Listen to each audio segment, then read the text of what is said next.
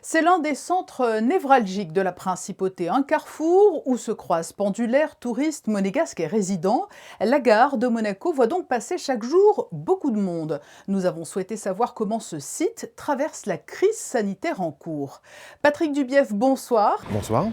Vous êtes le chef de gare à Monaco, on l'a dit, la gare est un lieu de passage. Est-ce que vous avez le sentiment qu'aujourd'hui il y a autant de monde qu'il y a un an à la même époque ? À ce jour, les touristes sont bien revenus en gare. Nous remarquons une clientèle plutôt européenne, française et même locale. Ils sont bien présents, nous les accueillons. Mais en termes de flux, c'est quasiment équivalent à l'été dernier ? Nous pouvons remarquer une légère baisse, mais la clientèle est quand même bien présente en principauté cet été. C'est un lieu de passage, mais c'est aussi l'une des grandes portes d'entrée du pays, la gare de Monaco. Il y a une importante responsabilité en période de crise.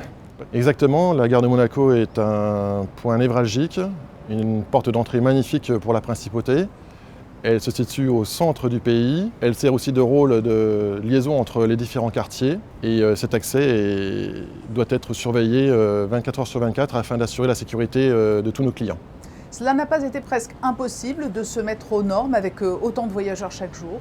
En amont, pendant la période de confinement, nous avons travaillé avec ma direction et nous avons établi une signalétique spéciale Covid qui était mise en place avant le déconfinement du 4 mai aux différents points dans la gare, au niveau des quais, au niveau des halls, ainsi que tous les accès principaux. De plus, pour bien transmettre et bien faire adhérer la clientèle, nous avons mis une signalétique au sol, un balisage afin de permettre aux clients de parcourir sur le quai et dans les halls ainsi que l'attente au commerce en toute sécurité. Et par rapport à cette crise aussi, nous avons renforcé les opérations de nettoyage avec notre prestataire. Et cette opération consiste à réaliser plusieurs fois par jour la désinfection de toutes les zones de contact qui vont des mains courantes des escaliers mécaniques, des boutons d'appel des ascenseurs ainsi qu'au niveau des toilettes, les robinets et les serrures, afin que les usagers clients soient en toute sécurité dans cette gare. Oui, alors on l'a vu, en France, il y a parfois eu des heurts entre les usagers, notamment dans les bus. Vous nous dites que ce n'est pas le cas dans les trains. Les usagers de la SNCF se conforment plutôt de bonne grâce à ces contraintes. Il y a une rigueur, une application stricte en principauté qui se retransmet aussi en gare et à bord des trains.